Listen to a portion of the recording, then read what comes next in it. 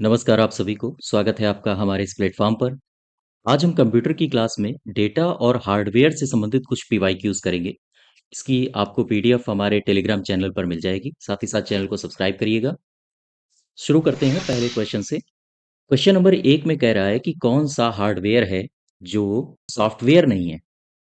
इसमें जो ऑप्शंस दिए हैं आपको देख लो, ये जो एक्सेल है, ये है सॉफ्टवेयर। प्रिंटर ड्राइवर ये भी क्या है? ये भी एक सॉफ्टवेयर है। सॉफ्टवेयर और ऑपरेटिंग सिस्टम तो आपको पता ही होगा सॉफ्टवेयर ही है। पावर पॉइंट ये भी सॉफ्टवेयर है, साथ ही साथ जो कंट्रोल यूनिट है ये है हार्डवेयर। ठीक है, हार्डवेयर इसका सही आंसर यही हो जाएगा। अब यहाँ देखो, ये जो सीपीयू हमारा होता है, अगर हम सीपीयू को हार्डवेयर की दृष्टि से बांटें, यानी इसका विभाजन करें, तो इसके तीन भाग होते हैं। कौन कौन से? इसके तीन भाग होते हैं। कौन कौन से होते हैं? एक तो होता है कंट्रोल यूनिट, सीयू, ठीक है। और दूसरा आपने पढ़ा होगा एएलयू, अरिथमेटिक लॉजिक यूनिट। और तीसरा होता है मेमोरी। मेमोरी यानी कि रजिस्टर, ठीक है। ये तीन पार्ट होते हैं। अच्छा, ये जो कंट्रोल यूनिट है ये करता क्या है? सीयू, सीयू को कहते हैं कंट्रोल यूनिट। ये क्या करता है? दरअसल सीयू को ये हार्डवेयर और सॉफ्टवेयर के मध्य एक सामंजस्य स्थापित करता है। इसके कई नाम हैं। इसके नाम हमारे एग्जाम में पूछे जाते हैं। जैसे ये इसे सीयू को जो है कहते हैं कंप्यूटर का नाड़ी तंत्र, ठीक है। ये भी ध्यान रखो। और क्या कहा जाता है इसे? इसका जो काम होता है वो होता है एएलयू। कंट्रोल यूनिट का काम होता है एएलयू के कार्यों को नियंत्रित रखना, ठीक है। क्लियर है बात? चलिए, क्वेश्चन नंबर पहले का आंसर हो जाएगा ई। दूसरे क्वेश्चन में आओ। कह रहे हैं निम्नलिखित में से इन सब का मिलान करो। तो ए का कौन है और डी का कौन है, ये मिलान करने हैं आपको। नीचे ऑप्शंस दिए हैं, तो जरा इसमें देखो। ये जो आपको दिख रहा है आउटपुट डिवाइस, ये सबसे सरल यही दिया है। आउटपुट डिवाइस दिया है आपका, कौन है? रोम प्रिंटर, प्रिंटर होगा। जरा यहाँ से मैच कराओ डी का आर। डी का आर कोई है? ये होगा। और तो कोई है नहीं, तो यही हमारा आंसर हो जाएगा। अर्थात ए का होगा क्यू। इनपुट डिवाइस का हो जाएगा क्यू, यानी कि टच स्क्रीन, ठीक है। ये यहाँ से मिल जाएगा। और बी का हो जाएगा P. B for processing device यानी कि रोम। और सी का हो जाएगा एस। सी यानी कि स्टोरेज डिवाइस, इसका हो जाएगा फ्लैश मेमोरी। तो ये हमारा आंसर सही हो जाएगा। क्वेश्चन नंबर तीसरे में देखो, कंप्यूटर में बस ये क्या है? बी यू एस, ठीक है।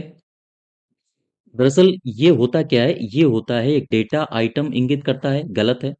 जानकारी संचरित करता है, हाँ। प्लस के द्वारा जो इंफॉर्मेशन है, इंफॉर्मेशन ये ट्रैवल करती है, ठीक है। और जानकारी संचरित करने वाला फिजिकल वायर होता है, हाँ बिल्कुल सही है, ये फिजिकल वायर भी होता है, ठीक है। यानी कि बी पार्ट हमारा सही हो जाएगा। क्लियर है? दरअसल सीपीयू की अगर हम बात करें, या फिर जो अदर हार्डवेयर होते हैं, या फिर हम बात करें कोई बाह्य डिवाइस, जिसको कहते हैं पेरीफेरल डिवाइस, ये आप सीपीयू ले लो, या अदर हार्डवेयर ले लो, या फिर पेरिफेरल कोई डिवाइस हो। इन सब के मध्य अगर डेटा का स्थानांतरण हो रहा है, निर्देशों या सूचनाओं का आदान प्रदान हो रहा है, तो वो किसके माध्यम से होता है? वो होता है बस के माध्यम से, ठीक है। क्लियर है बात? चलो, और क्वेश्चन नंबर चौथे में आओ। एस एम पी एस ये क्या है? इसको बोलते हैं स्विच्ड मोड पावर सप्लाई। कौन सा होगा? यही हो जाएगा, स्विच्ड मोड पावर सप्लाई, ठीक है। होता क्या है?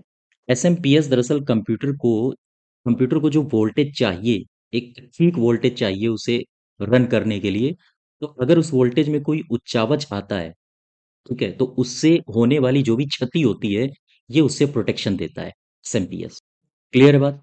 इसमें कुछ एसएमपीएस से मुझे शॉर्ट फॉर्म याद आ रहे हैं। जैसे अगर हम यहाँ पर लिखूं SIMM, इसका पूरा नाम पता है आपको क्या होता है? इसका पूरा नाम होता है single single in line memory module.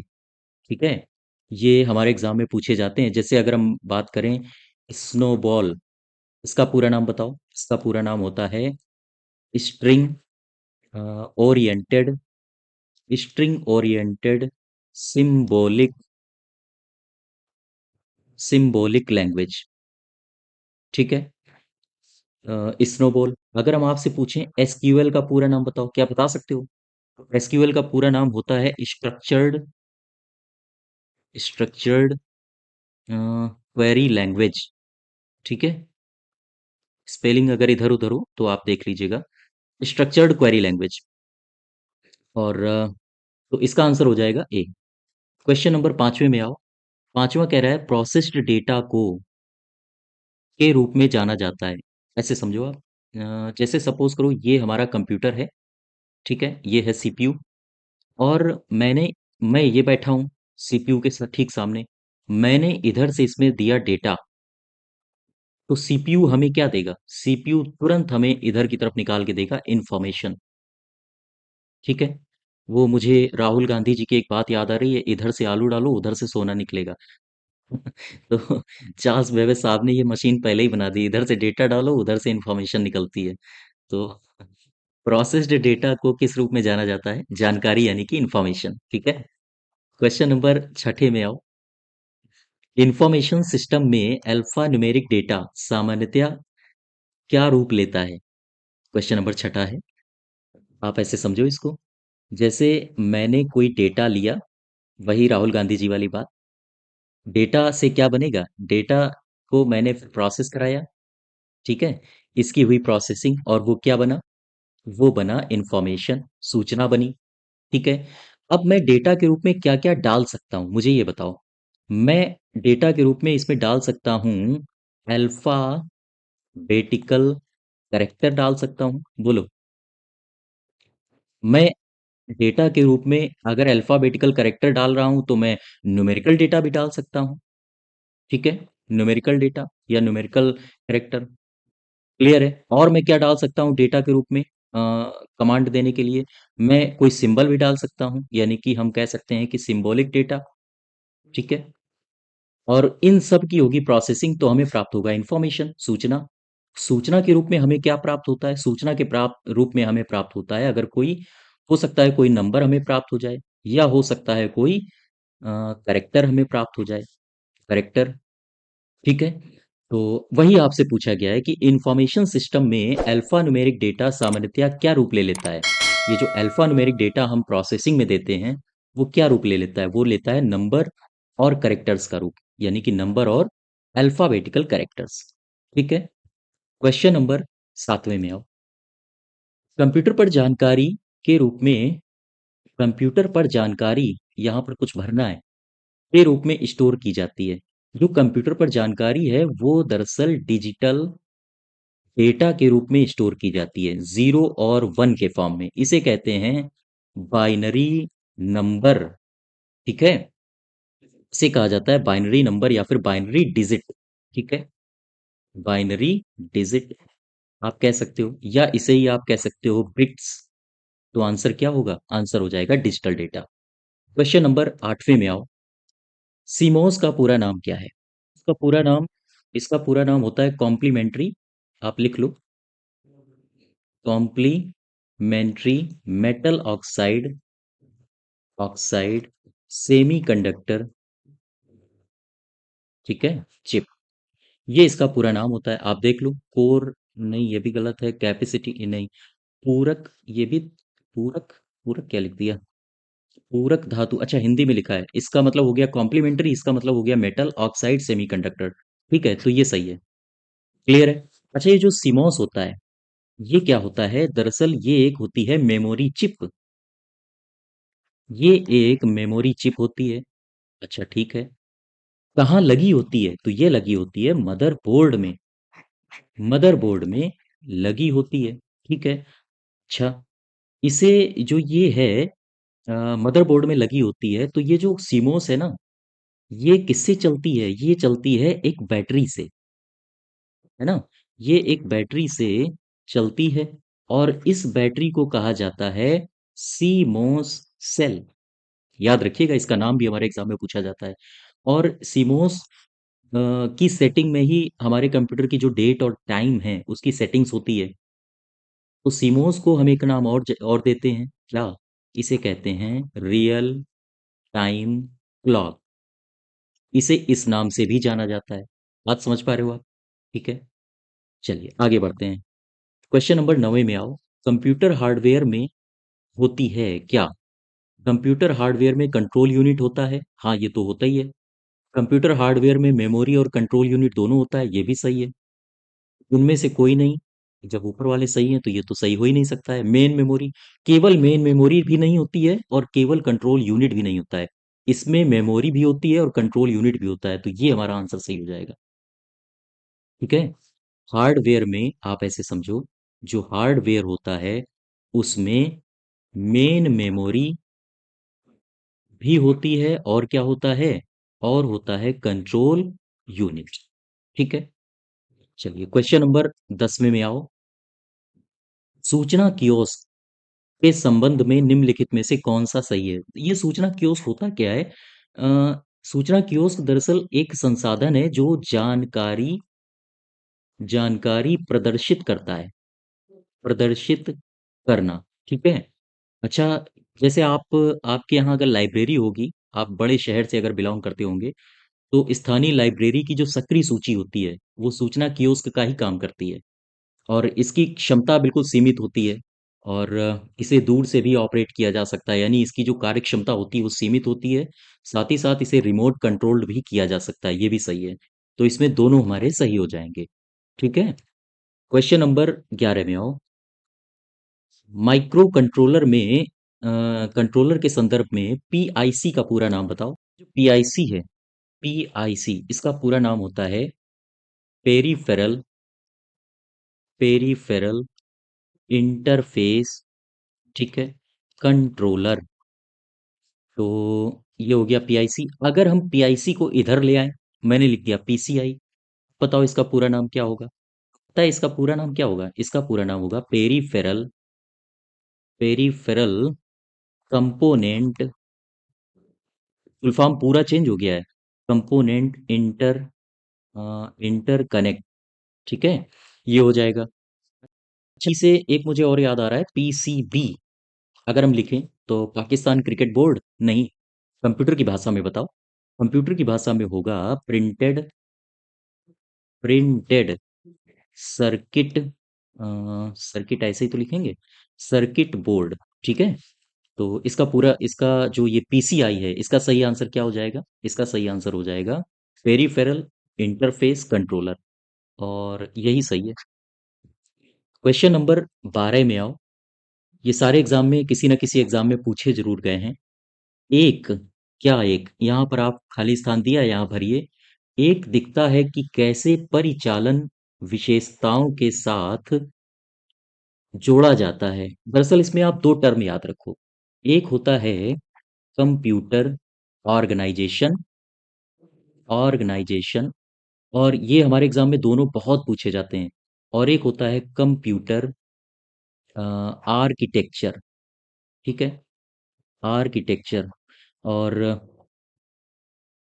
ये हमारे एग्जाम में पूछे जाते हैं। इसमें पूछा क्या जाता है, कंप्यूटर ऑर्गेनाइजेशन के संबंध में आप ध्यान रखो, ये करता क्या है?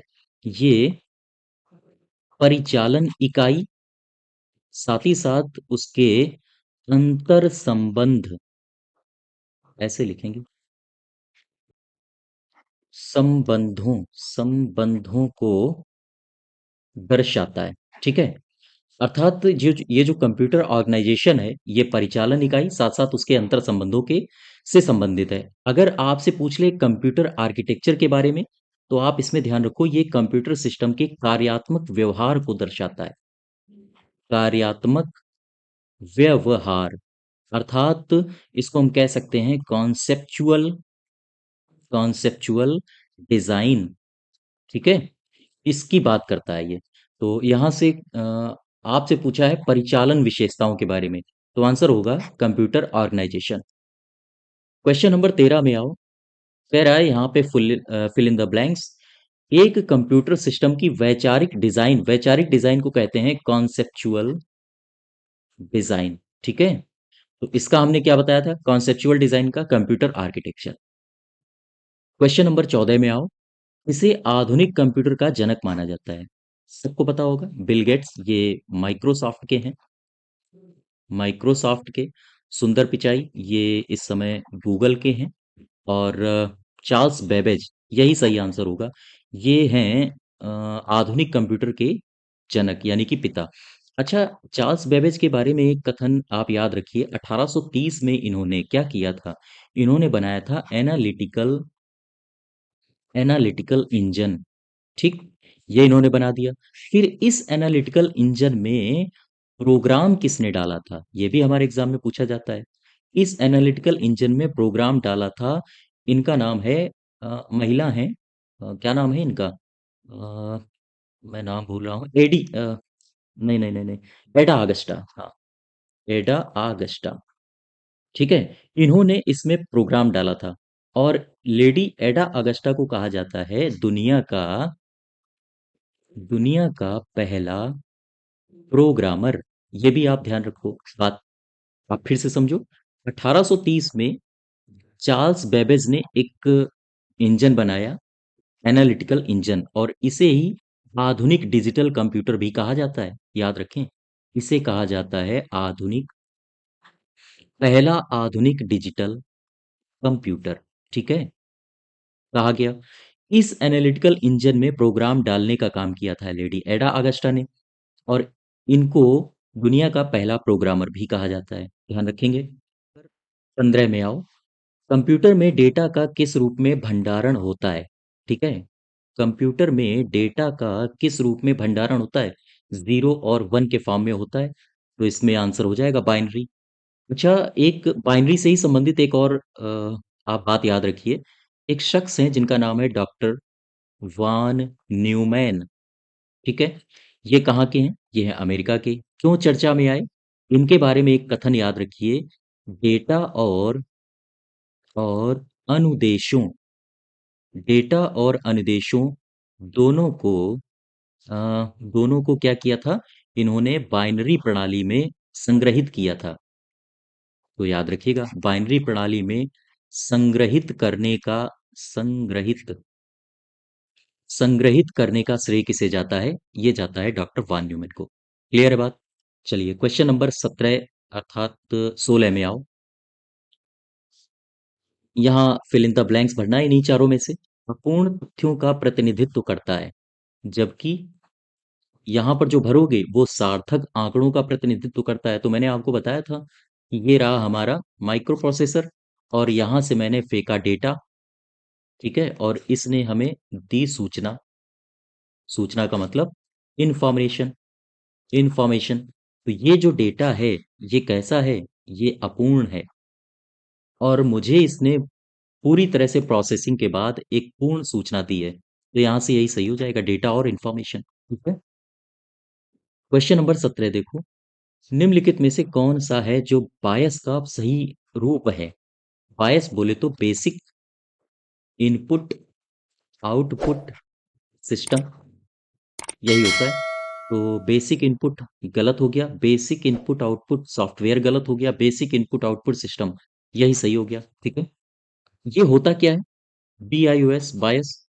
दरअसल जो बायोस होता है, आप ऐसे समझो, मान लो आपके पास एक पीसी है। ठीक है, पीसी में आप पीसी को जब बूटिंग कराते हो, बूटिंग प्रोसेस होता है, तो उसमें जो भी पीसी में हार्डवेयर होते हैं, या हम कहें जो भी सॉफ्टवेयर होता है, सॉफ्टवेयर होता है, और जो भी जैसे हार्डवेयर के रूप में आपका कीबोर्ड है, माउस है, या फिर हम कहें रैम है, इन सब की पहचान करना इसका काम है, ये काम है बायस का। ठीक है, और साथ ही साथ जब ये पूरी तरह से पहचान कर लेता है, इसके बाद कंप्यूटर मेमोरी में ऑपरेटिंग सिस्टम लोड होता है। ठीक है, बात समझ पा रहे हो आप, क्लियर है। क्वेश्चन कह रहा है 18, देखो, कंप्यूटर में डेटा किसे कहा जाता है। डेटा कहा जाता है संख्या को, चिन्हों को, दी गई सूचनाओं को, यही सही है। जो सूचनाएं हम देते हैं उसे ही डेटा के रूप में जाना जाता है। क्वेश्चन नंबर नेक्स्ट आओ। रॉ इनपुट, रॉ इनपुट क्या होता है? रॉ इनपुट मतलब डेटा।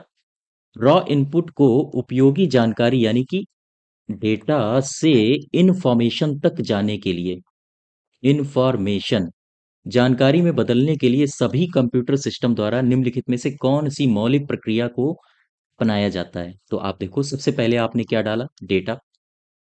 अर्थात सबसे पहले आपने क्या दिया? आपने दिया इनपुट। ठीक। फिर डेटा कहाँ हुआ? कहाँ? रैम, रोम या फिर एक रजिस्टर मेमोरी होती है, वहां पर स्टोर हुआ। तो इनपुट के बाद क्या हुआ? स्टोर। इसके बाद क्या हुआ? इसके बाद हो गई प्रोसेसिंग। ठीक है। और उसके बाद हुआ हमारा आउटपुट। तो इसमें देख लो, इनपुट हुआ, फिर स्टोर हुआ, फिर प्रोसेस हुआ और फिर आउटपुट हुआ। तो हमारा यही सही हो जाएगा, 20 नंबर। इनपुट के बाद प्रोसेस हुआ, इनपुट के बाद स्टोर होता है, प्रोसेस नहीं होता है। इनपुट के बाद कंट्रोल हुआ, जी नहीं। इनपुट के बाद स्टोर हुआ, हाँ बिल्कुल सही है। फिर आउटपुट हुआ, नहीं आउटपुट नहीं होता है, फिर प्रोसेस होता है। तो क्वेश्चन नंबर 21 में आओ। कंप्यूटर में यूजर को क्या कहा जाता है? कंप्यूटर में जो यूजर होता है उसे कहा जाता है ह्यूमन वेयर।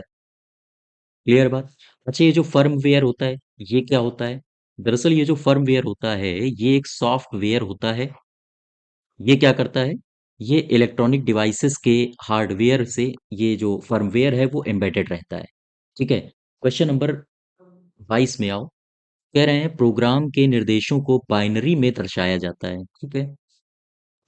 और किसमें संग्रहित किया जाता है? ये संग्रहित किसमें किया? संग्रहित मेमोरी में करेंगे, यही होता है। तो इसका सही आंसर यही हो जाएगा, है ना? क्वेश्चन नंबर 23 में आओ। निम्नलिखित में से किस सीपीयू रजिस्टर का उपयोग डेटा, सीपीयू रजिस्टर, आप फिर से पढ़ो। किस सीपीयू रजिस्टर का उपयोग डेटा और एएलयू द्वारा उत्पन्न किए गए मध्यवर्ती परिणामों को संग्रहित करने के लिए किया जाता है? क्वेश्चन एक बार फिर से पढ़ो। कह रहा है कि जो डेटा है और एएलयू है, ठीक है, द्वारा संपन्न किए गए मध्यवर्ती परिणामों को संग्रहित करने के लिए किस सीपीयू रजिस्टर का प्रयोग किया? अब देखो, जो रजिस्टर होता है ना, इसके कई प्रकार होते हैं। अब पहले आप रजिस्टर को समझो, ये होता क्या है। दरअसल रजिस्टर एक प्राथमिक मेमोरी होती है। ठीक है। रजिस्टर एक होती है प्राथमिक मेमोरी। ये गड़बड़ हो गया, प्राथमिक मेमोरी ऐसे लिखो। और ये सीपीयू अर्थात माइक्रो प्रोसेसर के साथ ही निर्मित होता है। जब सीपीयू का निर्माण होता है, या सीपीयू को माइक्रो प्रोसेसर भी कहा जाता है, माइक्रो प्रोसेसर के साथ ही इसका क्या होता है? इसका होता है निर्माण। ठीक है।